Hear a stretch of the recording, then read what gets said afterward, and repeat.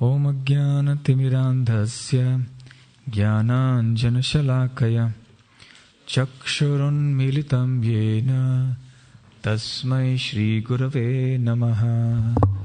Shri Chaitanya Manobhishtam Sthapitam Yena Bhutale Swayam Rupa Kadamahyam Dadati Svapadantikam Vandeham Shri Guru Shri Yuta Padakamalam Shri Gurun Vaishnavamscha Shri Rupam Sagrajatam Sahagana Raghunathanvitam Tam Sajivam Sadvaitam Savadhutam Parijana Sahitam Krishna Chaitanya Devam Shri Radha Krishna Padang Sahagana Lalita Shri Vishakhanvitamscha Namo Vishnu Padaya Krishna Presthaya Bhutale Shri Mate Bhakti Vedanta Swami Niti Namine Namaste Saraswati Deve Gauravani Pracharine Nirvishesha Shunyavadi Paschatya Deshatarine Mukam Karoti Vachalam Pangum Langhayate Girim Yat Kripatamaham Vande Shri Gurun Dinatarinam Vancha Kalpatarubhyascha Kripa Sindhubhya Evacha Patitanam Pavanebhyo Vaishnavebhyo Namo Namaha. Namo Mahavadanyaya Krishna Prema Pradayate Krishnaya Krishna Chaitanya Namane Gauratvishe Namaha. He Krishna Karuna Sindhu Dinabandho Jagatpate Gopesha Gopika Kanta Radha Kanta Namostute Tapta Kanchana Gaurangi Radhe Vrindavaneshwari Vrishabhanu Sute Devi Pranamami Hari Priye. Jai Shri Krishna Chaitanya Prabhu Nityananda Shri Advaita Gadadhar Shrivasadi Gaura Bhakta Vrinda. Hare Krishna Krishna Krishna Hare Hare Hare Rama Rama Rama Hare Hare. Hare Krishna. So we have been discussing a very important verse yesterday evening. This verse is very important, and we will continue discussion on this verse today as well. So before we begin, we will chant this verse again, and then we will have a brief revision of what we discussed yesterday, because it's not so important for us to know so many things, but even if we know a few things, but we know them well, then that is good. Especially when it comes to the path of devotion, there are a few fundamental things we clearly need to know. Scholarship is not an essential qualification for bhakti. So let us chant this verse. Those of you who have the sheets given out yesterday, you may refer to that, or if you have already memorized this verse, then that's very good. And if you have the sheet and someone next to you doesn't have it, you may please share this with your neighbor so that everyone can chant together. Also, if you remember, we had struck a deal yesterday. What was the deal? Yes, you would try to memorize the verse, or at least you would begin. So how many of you have begun to try to memorize the verse? Okay, that's nice. Some hands. So hopefully within a few days you would have memorized it. Hopefully by tomorrow. Anyabhilashita shunyam Jnana karmadhyanavritam Anukulyena Krishnanu Sheelanam Bhaktiruttama Anyabhilashita Shunyam Jnana Karmadyanavritam Anukulyena Krishnanu Sheelanam Bhaktiruttama Anyabhilashita Shunyam Jnana Karmadyanavritam Anukulyena Krishnanu Sheelanam Bhaktiruttama.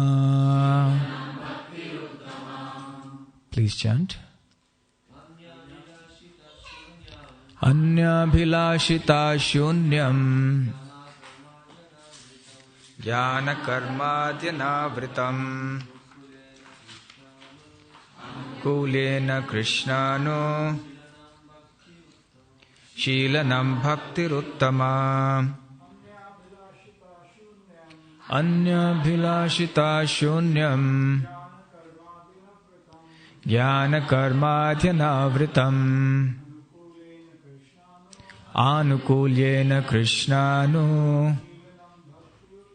Sheelanam Bhaktiruttama.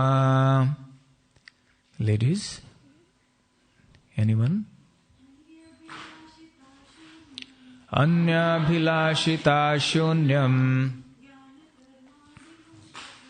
Jnana Karmadyanavritam Anukulyena Krishnanu Sheelanam Bhaktiruttama. Anyabhilashita Shunyam Jnana Karmadyanavritam Anukulyena Krishnanu Sheelanam Bhaktiruttama. Anyabhilashita Shunyam Jnana Karmadyanavritam Anukulyena Krishnanu Sheelanam Bhaktiruttama. Now in the third line we say Anukulyena Krishnanu, and then in the last line we say Sheelanam. Actually the word is not Krishnanu, it is Krishna and then Anushilanam. But because of the meter, we have split the word Anushilanam, Anu with Krishna and then Shilanam below. So we'll just repeat the translation once again. This is translation from Prabhupada's Chaitanya Charitamrita. When first class devotional service develops, one must be devoid of all material desires, knowledge obtained by monastic philosophy, and fruitive action. The devotee must constantly serve Krishna favorably as Krishna desires. Now let us recapitulate some important points that we discussed yesterday. Let's do it by me asking questions, so it'll be easy to revise, and also for those devotees who could not come yesterday, it'll be a nice revision. So what is the importance of this verse? It is regarding devotional service, but there are so many verses about devotional service, so why is this so important?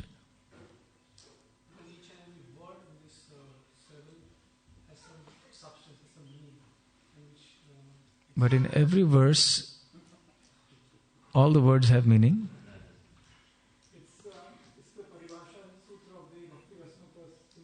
Yes. What does that mean? The Paribhasha Sutra? In this verse, the whole content of the book is well defined through this verse. It is in this one verse that the whole content of the book, the thesis, is summarized. So why is it important that this is the Paribhasha Sutra of this book? It makes us a pure devotee, yes. So basically this verse gives us the definition of devotional service. The most concise, precise, complete definition of devotional service. It gives us, in other words, the goal of our life. Therefore, this verse is very important for us. Rupa Goswami has written this book, Bhakti Rasamrita Sindhu, and this one verse is a foundation for the whole book. So this is the importance. Now, what kind of characteristics are there in this verse that help us to define or understand bhakti better? Two kinds of characteristics we talked about. One is primary characteristics, also called Swarup Lakshan. Swarup means main, Lakshan means characteristics. And the other is the Tatastha Lakshan, or the marginal characteristics. So in this verse, what is the Swarup Lakshan? Anukulyena Krishnanu Shilanam. What does it mean? Now, how many parts did we divide this into? 3 parts. What are the 3 parts? Anukulyena, Krishna, Anushilanam. So let's talk about Anushilanam. How many parts did we divide this into? 2 parts. What are they? Anu and Shilanam. What is Anu? To follow after, to repeat, to do something repeatedly, to do something constantly. And what is Shilanam? It means to, it's a verb. What does it mean? To do what? To practice, to meditate, to worship, to serve. In other words, what is the significance of this word Shilanam? It implies what? Activity. That bhakti is an active process. It's not for lazy people. It's full of activity. People think that bhakti is for sentimental and lazy people. Gyan is for the intelligent people and karma is for the active people. Have you heard these kind of theories? It's quite popular. So, Rupa Goswami negates these ideas by using the word Anushilanam. It's not just Shilanam. It's not just service, practice and so on. It is constant practice. And what kind of practice or activities are referred to when we talk of Shilanam? You mentioned service, meditation, yes, but they can be done in what ways? Through the body, through the mind, and through one's words. Right? We see that in Krishna consciousness, we are chanting the holy name, we are reading the scriptures, we speak about Krishna, about our service. That's how we use our words. The body we use for what purposes? Can you give some example? How do you use the physical body to serve Krishna? To sell the books, to cook for the Lord, to clean the temple, offer obeisances, worship the deity. So all these are acts of service. Do you know that even brushing your teeth and taking a bath is a part of bhakti? If you use your body for Krishna's service, not otherwise. There are many people who take bath in the world. I wish more would, but still there are quite a few who do. But doesn't mean that their bath is bhakti.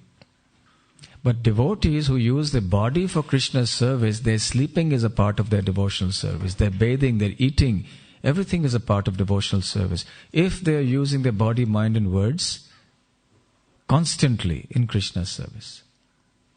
How can we use our mind in Krishna's service? By thinking of Krishna, by reading scriptures and meditating upon it, by planning how to please Krishna, making plans for devotional service, managing the temple and thinking of so many ways in which we can push ahead this mission and manage the temple, and also to keep our mind from wandering when the class is going on, to keep our mind from relaxing and going to sleep when the class is going on or when we are chanting. So we can serve Krishna with our body, with our mind, with our words. Also, there are two kinds of activities that we do. We talked about positive and negative. What is the meaning of that? You remember? Yam and Niyam. So could you explain that?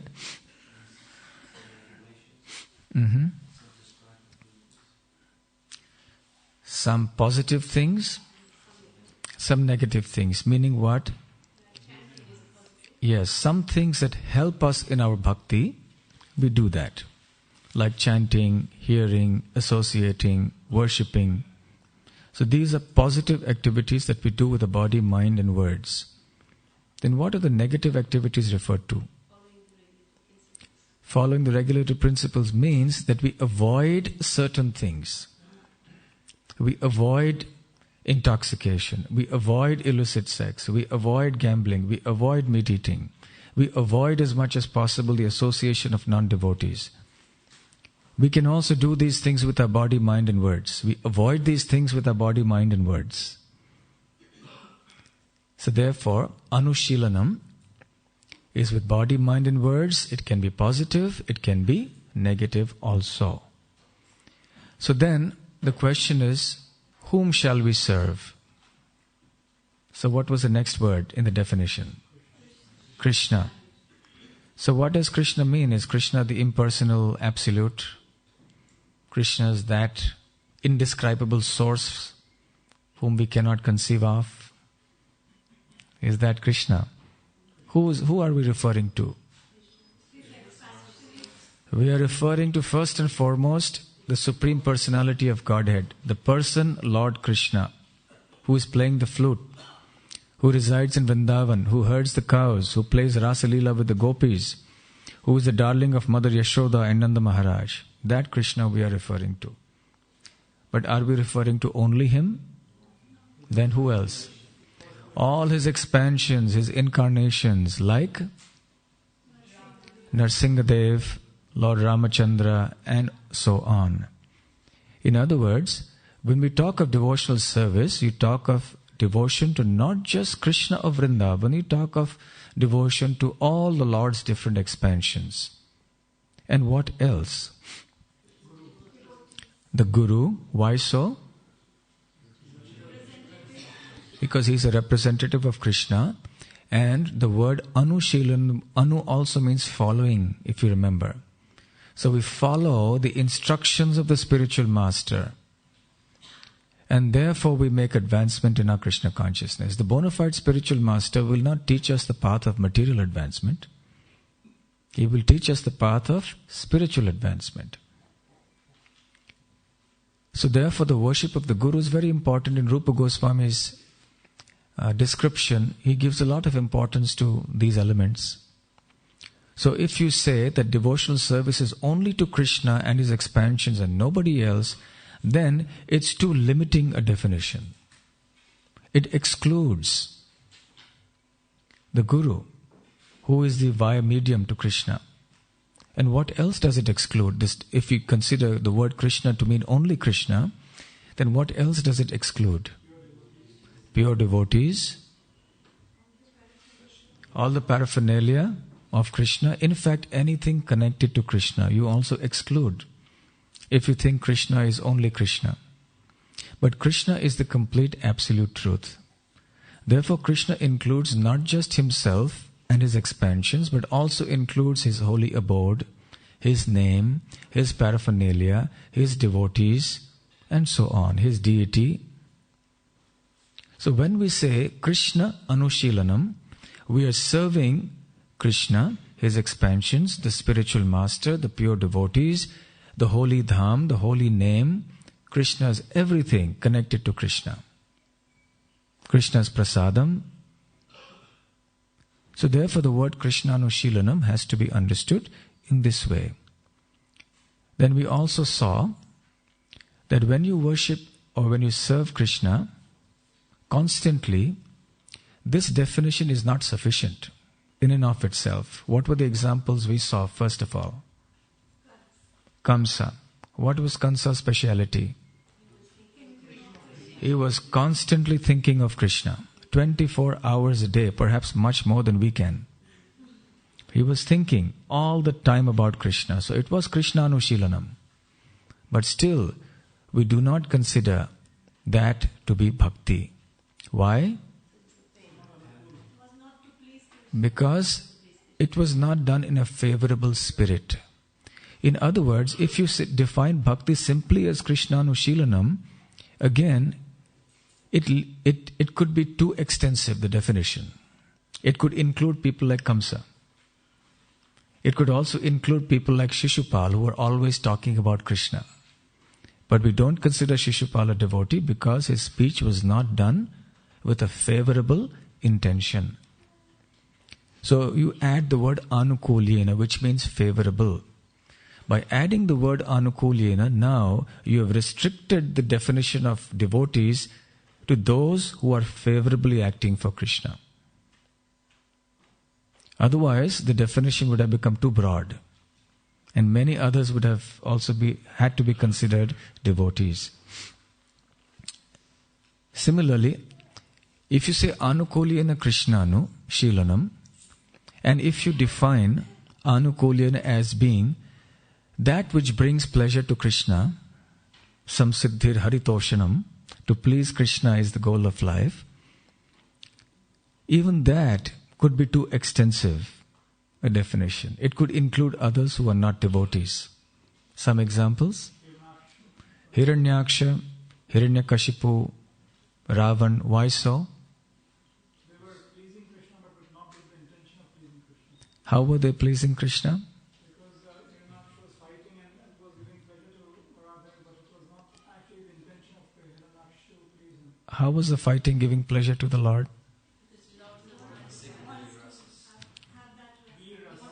Because fighting is also one of the secondary mellows.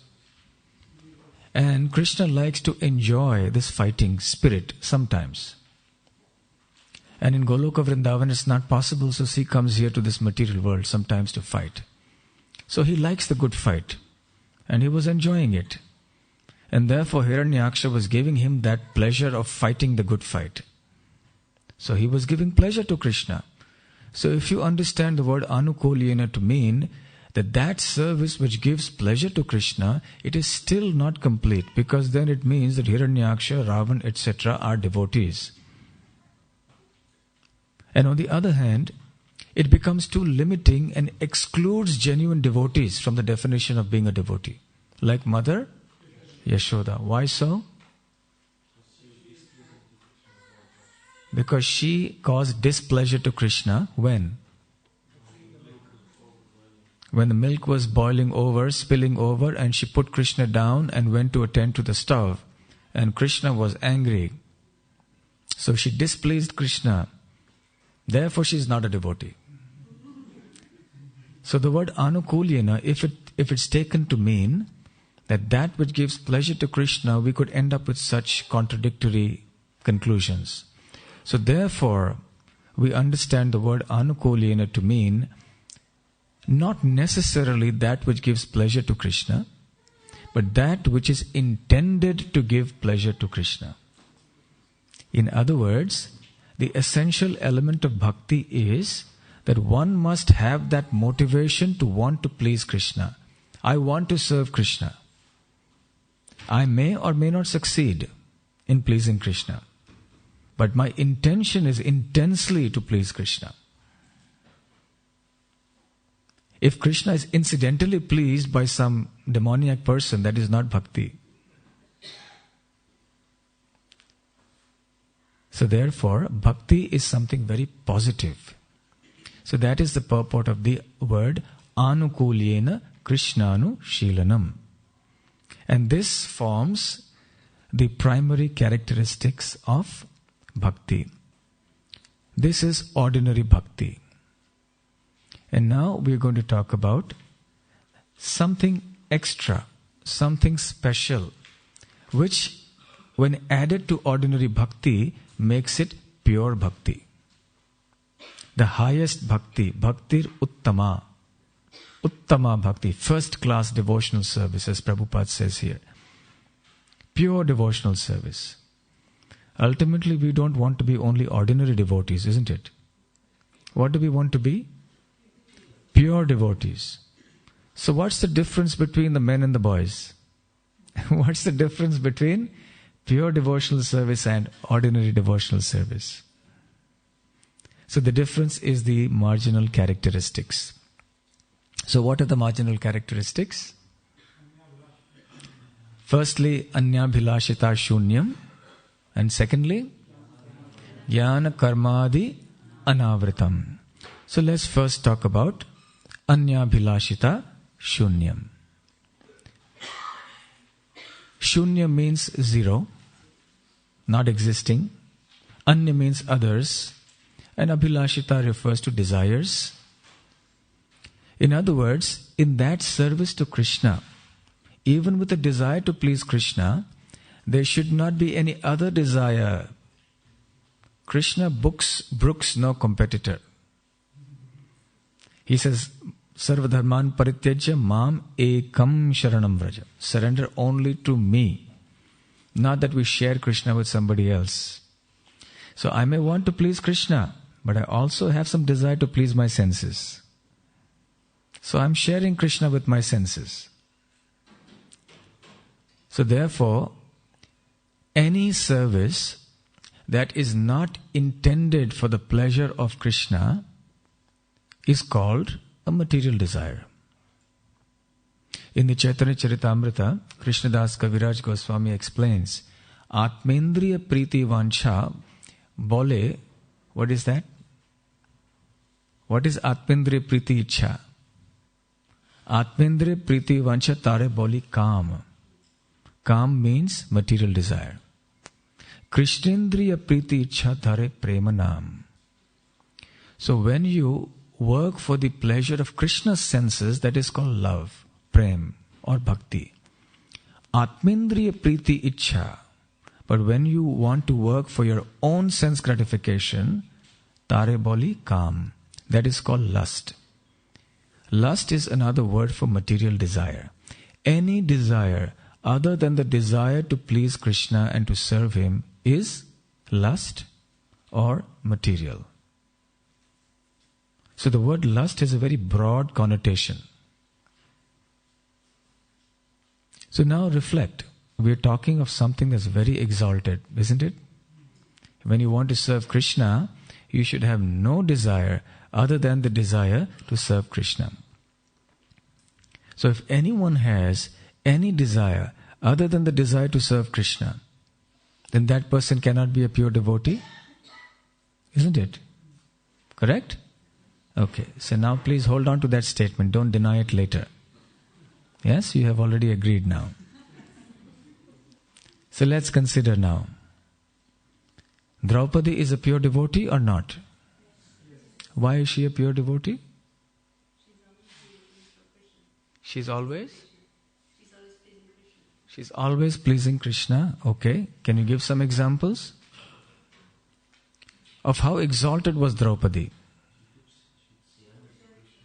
She surrendered to Krishna. You know that it was Draupadi who would bail out her husbands many times. When they were in the forest and Durvasa Muni came with his 10,000 disciples, having been induced to come there by Duryodhana, very cunningly, he came there unannounced at the time for prasadam, lunch, when Draupadi and her 5 husbands had already taken prasadam, and she had this Akshay Patra, this gift from the sun god that could produce unlimited food for the day, but it would stop producing food the moment Draupadi finished eating for the day. And Durvasa Muni came just when Draupadi had finished.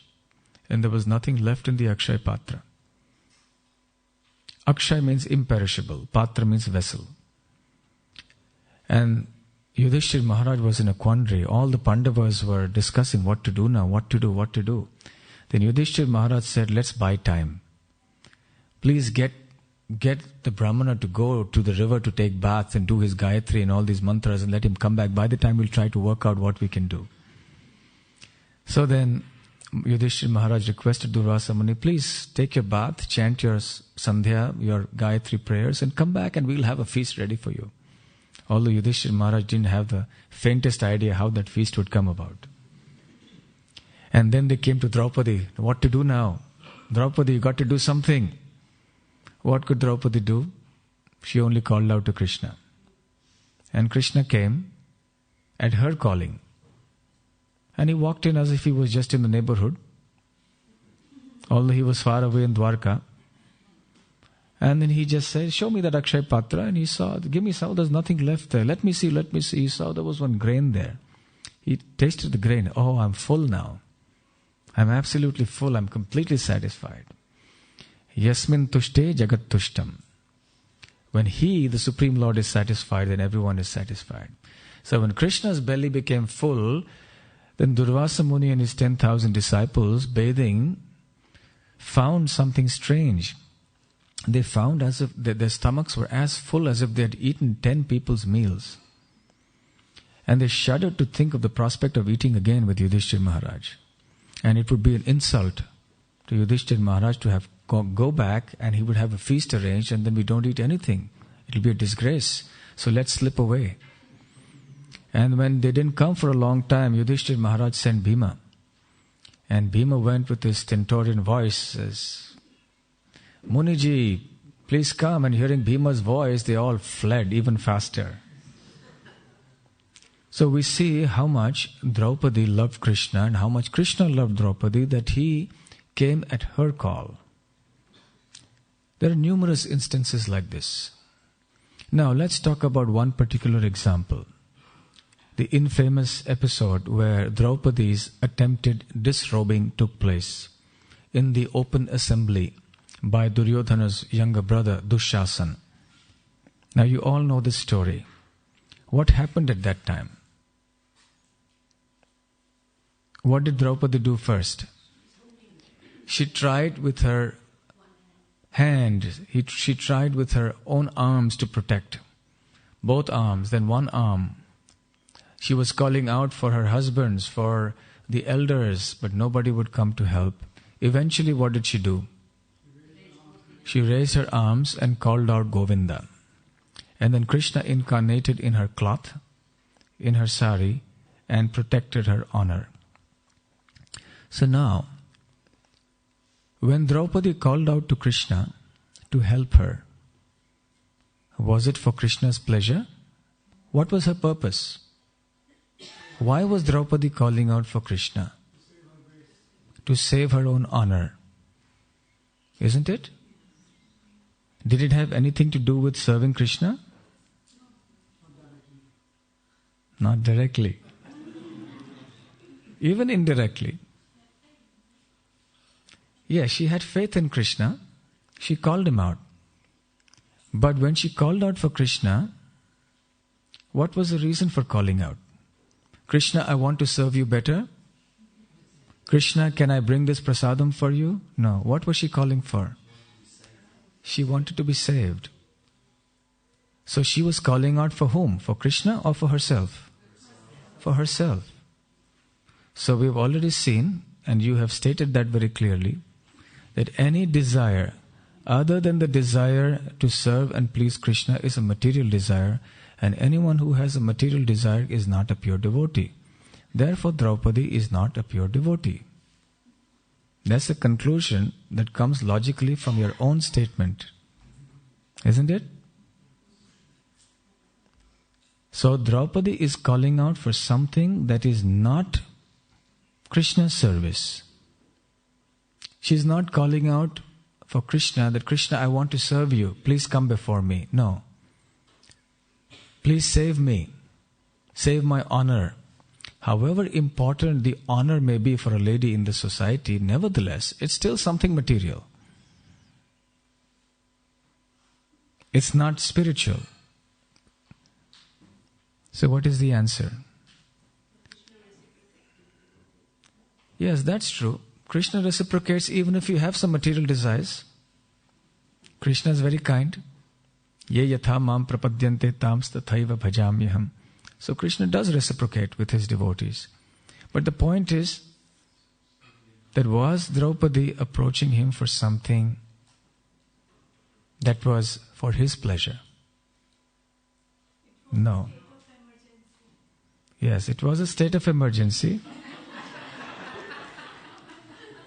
That is right. And therefore, you see, Rupa Goswami wants to make the definition of bhakti more accurate. If you say that bhakti, pure bhakti, means that you should have no desire at any point in time other than the desire to serve Krishna and please him, then by that strict, rigid definition, Draupadi is not a devotee, pure devotee. That's obviously not the case. Draupadi is a pure devotee. So then, you have to amend the definition a little bit to accommodate such situations as Draupadi found herself in. And that is right.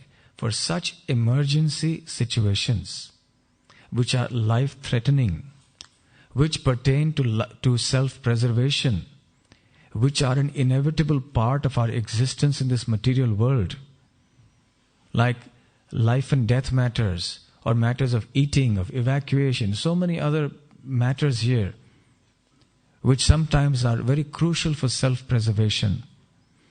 In such emergency situations, if one calls out for Krishna helplessly, having no other shelter, then such calling out, Vishwanath Chakravarti Thakur says, is not a fault. It doesn't detract from our pure devotional service. It doesn't exclude one from bhakti, from pure bhakti. One is still a bhakti. One is still a bhakta, a pure bhakta. Of course, it should not become a habit. We shouldn't make every little thing an emergency. Then we are not in pure devotional service. It's something that comes out suddenly, out of one's control. It is against our basic devotional nature. We don't like to ask Krishna for anything material. We don't like to ask Krishna anything for ourselves. So it is not the nature of a devotee to ask Krishna for something like this. But sometimes, all of a sudden, situations arise as a part of our existence in this world where it goes out of control of the devotee. And the devotee cries out for Krishna's help. And such calling out is against the devotee's nature, in the sense that the devotee doesn't want to call Krishna but is helpless.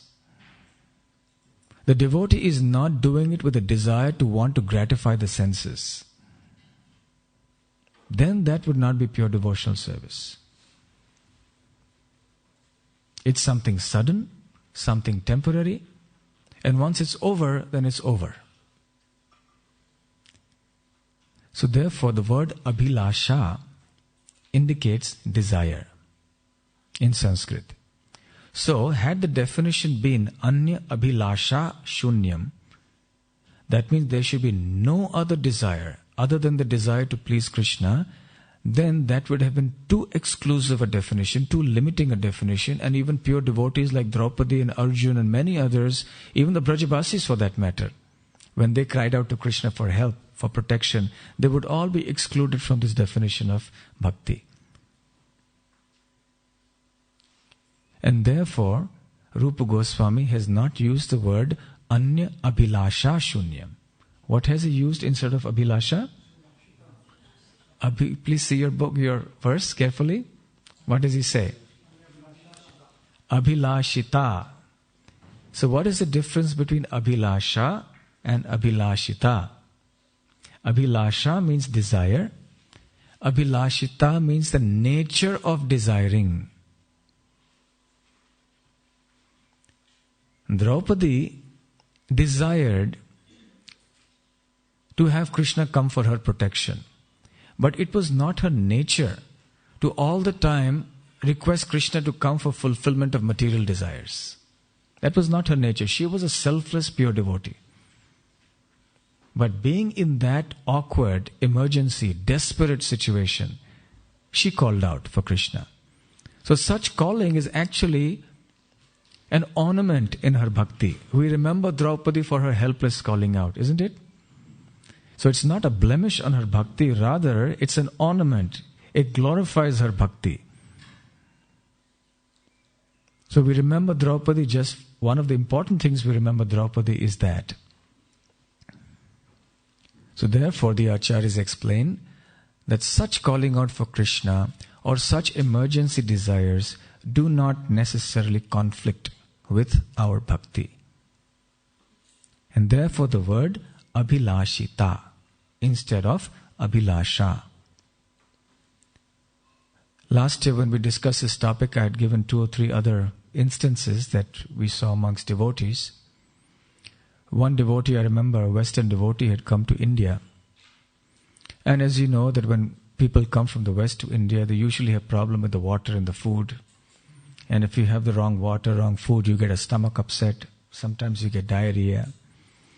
So here was this devotee who was walking on the street, busy street, and there was that overwhelming urge.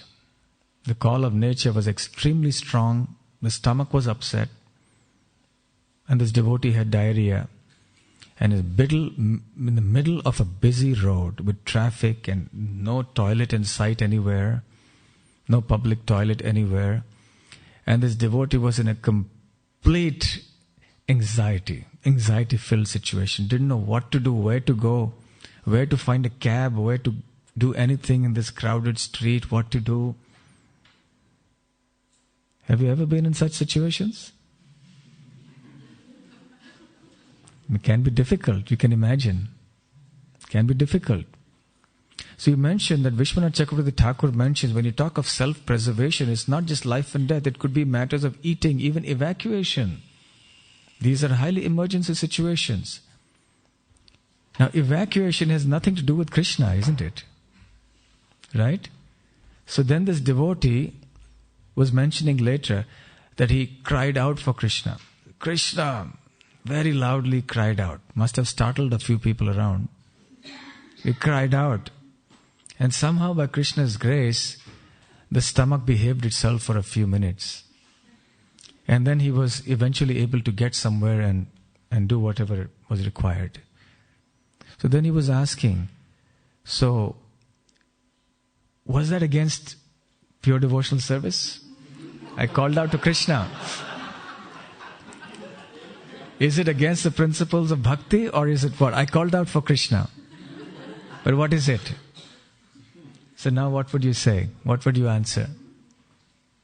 Was it pure devotional service or it wasn't? Please remember that evacuation has nothing to do with your pleasing Krishna. So is it or isn't it?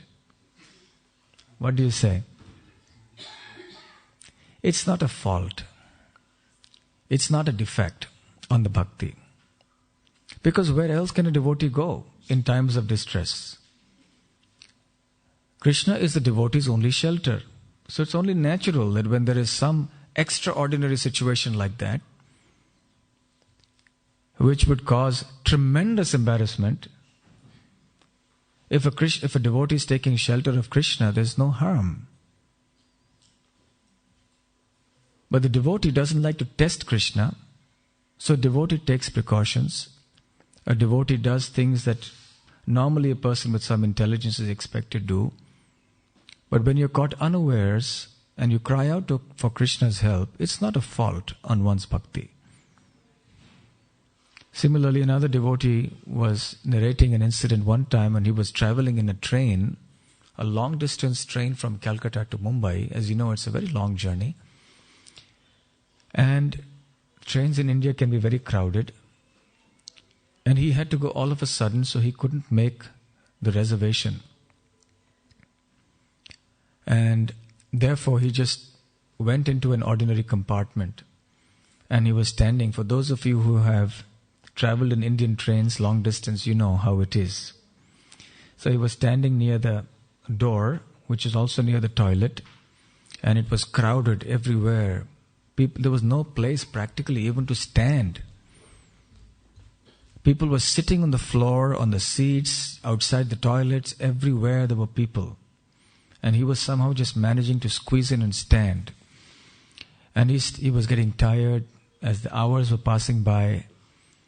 And then he said, finally I was asking Krishna, I was thinking, should I ask Krishna for a seat to sit on, or I shouldn't ask? Is it pure devotional service or it isn't pure devotional? What is it? He was confused. And he said he resolved the contradiction in his mind by asking Krishna, Krishna, if you so desire, please give me a seat. So, he worked out a good compromise that didn't make him feel so bad. So that he wouldn't have himself blamed. If he got a seat, well, it was Krishna's desire. So, Krishna desired me and I did it. So is that pure devotional service or it isn't pure devotional service? So basically,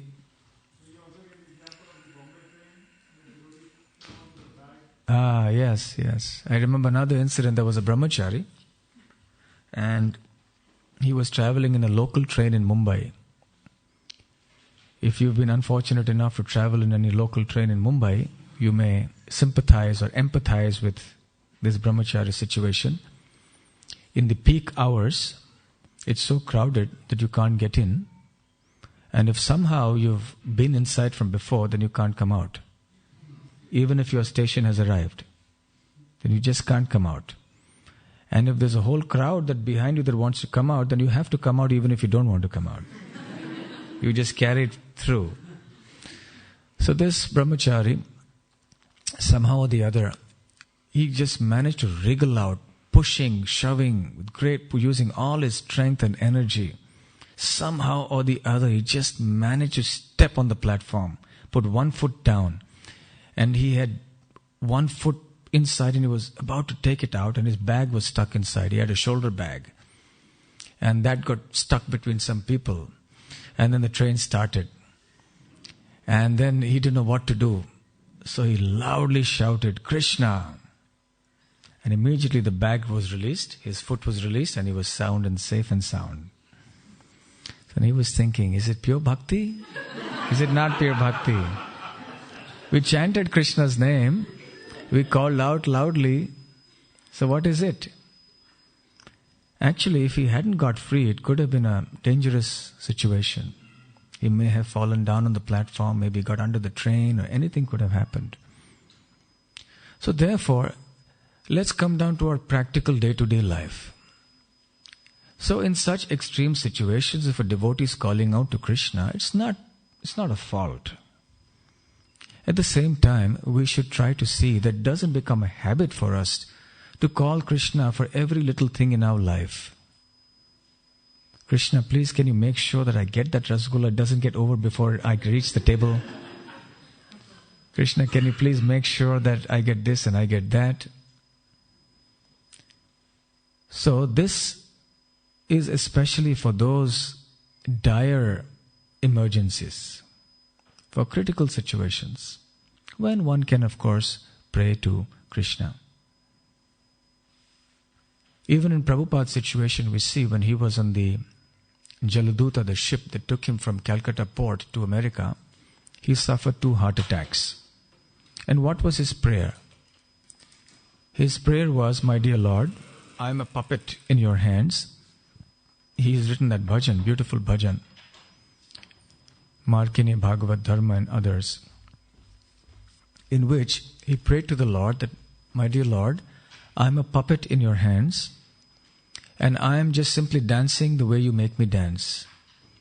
If you want me to go to this foreign land and preach your message, then it's up to you. Or if you want me to die here, that's also up to you. So Krishna surrendered. Prabhupada surrendered like that. He left it to Krishna. So Prabhupada is teaching us that when it comes to critical situations in our life, we should depend on Krishna and leave it to Krishna, whichever way He wants us to do. And where there is some possibility of us doing something about it, Krishna has given us some intelligence, He has given us some ability, we should try to use it to the extent that is reasonably there. And the rest we should depend on Krishna. Therefore we see Krishna or Rupa Goswami has used the word here, Anya Abhilashita Shunyam. Can we please distribute that sheet? Yes, so we gave 2 sheets yesterday, this is the 3rd one.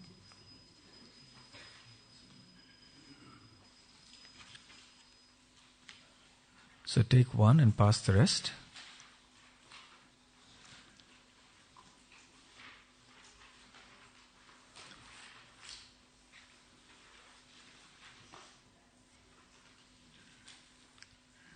So this covers some of the points that we have discussed today. Are there any questions, or we'll go on to further discuss this verse? On this point, yes. 2 issues here. One is that you gave the examples where there was an emergency situation and we were talking about self-preservation.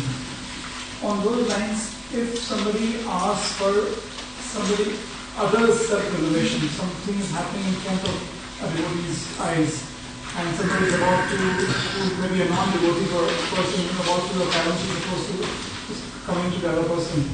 And if he cries out to Krishna for preservation of self-preservation of that person, how does that fit into? The question is that in the instances that we talked about, it was basically the self-preservation or the emergency that pertained to the devotee who was calling out for Krishna. What about if we are calling out for Krishna for somebody else? That person may be a devotee or may not be a devotee.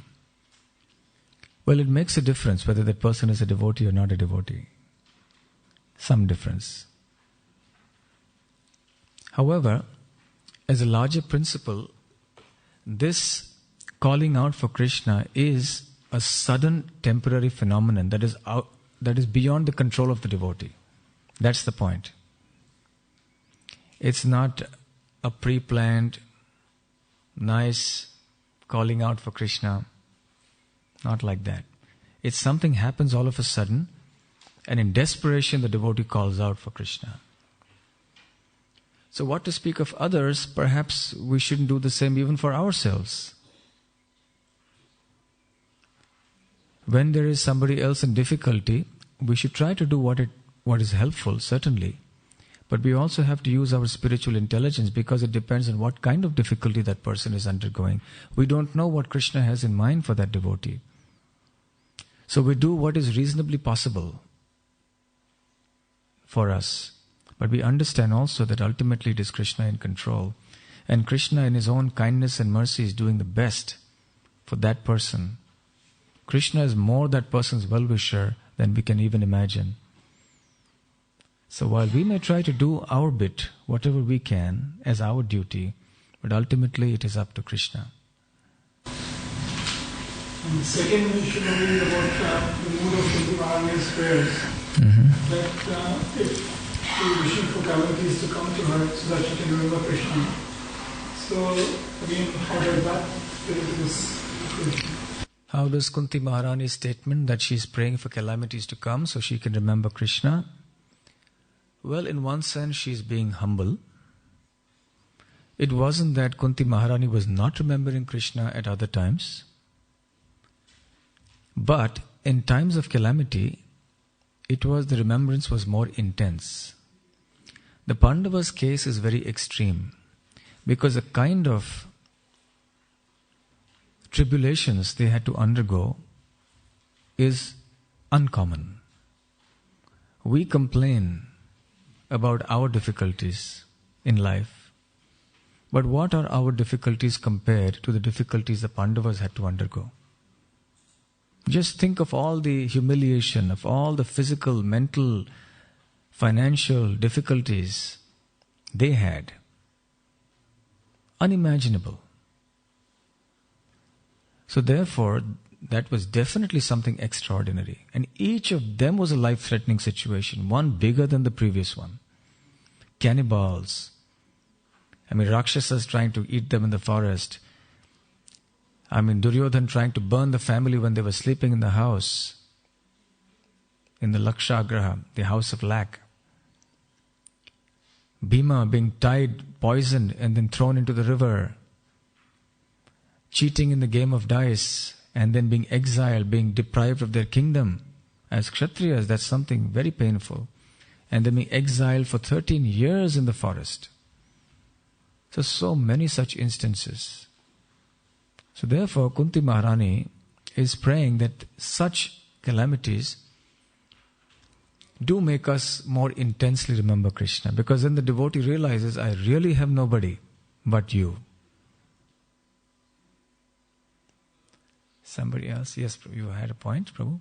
I just wanted to comment on the first question. There's an interesting story of one devotee in Belgium. He was distributing books, and as he was doing the books on the street, then a gang of robbers came and they went into one jewelry shop. And then they did whatever they did inside, and then one came out and started running.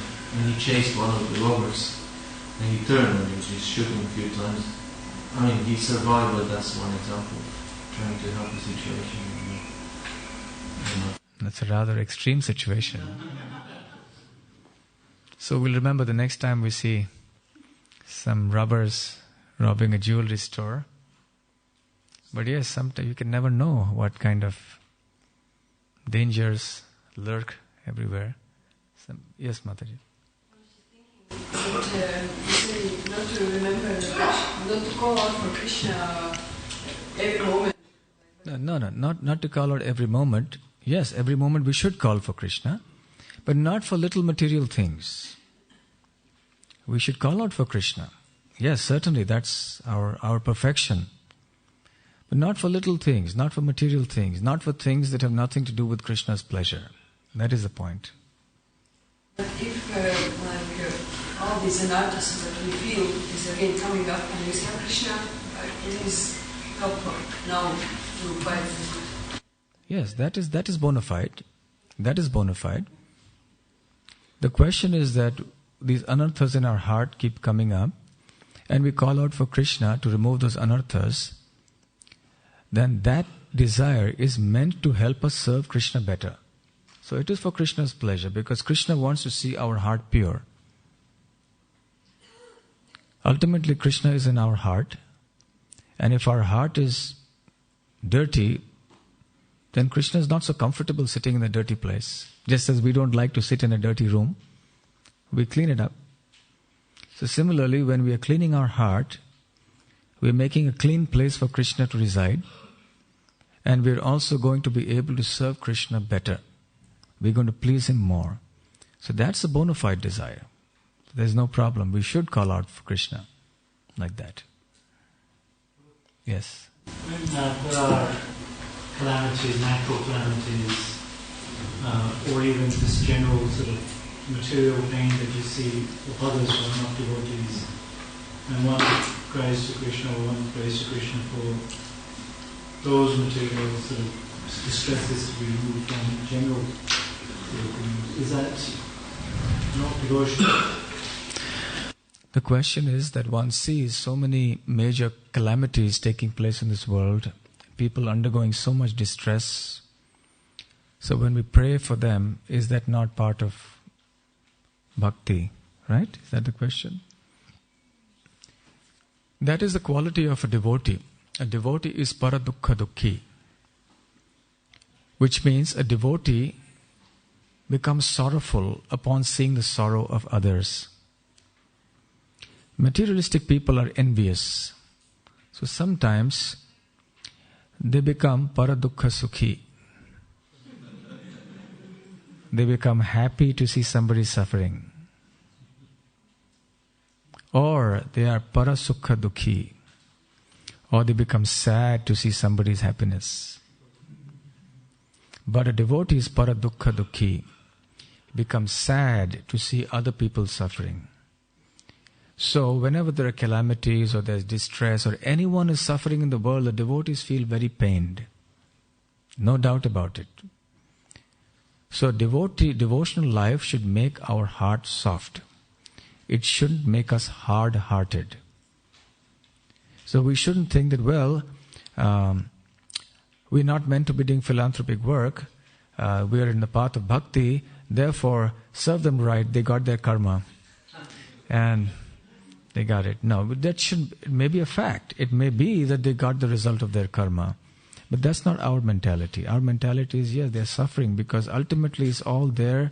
The suffering is going on because they've forgotten Krishna. And we have to give them Krishna and make a solution to the problem.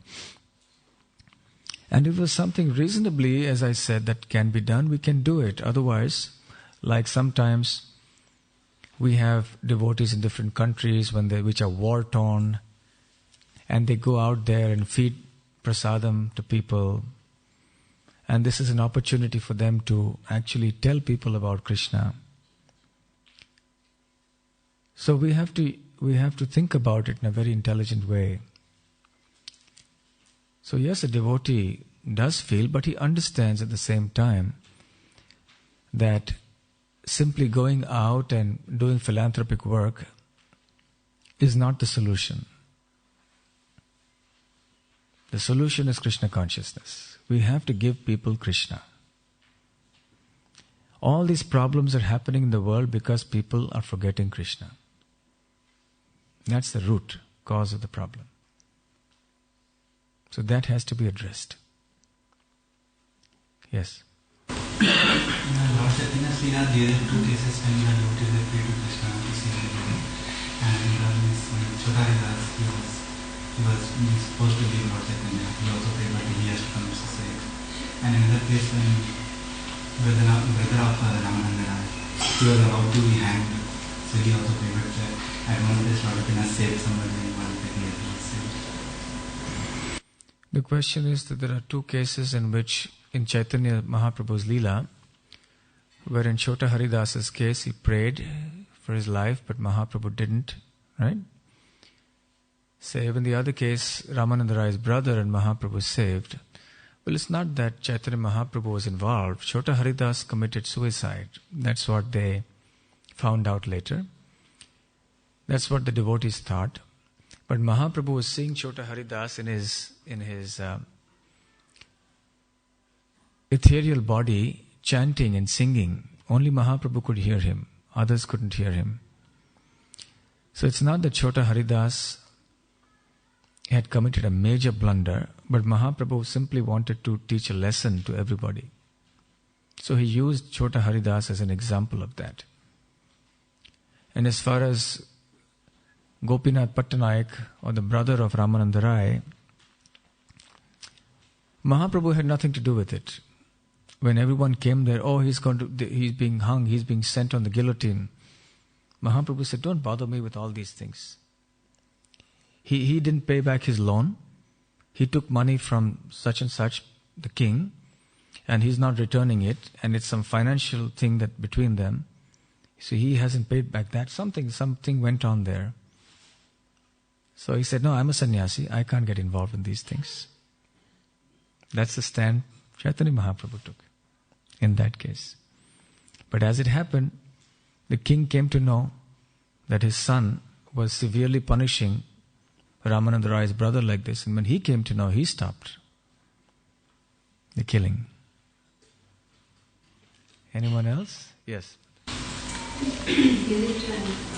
Is it right to pray for the people who are not Krishna conscious to Krishna so that they can serve Krishna? Certainly. The question is it right to pray to Krishna for those people who are not in Krishna consciousness? Certainly. Certainly we should pray. Any other? Yes, Mother. Another question.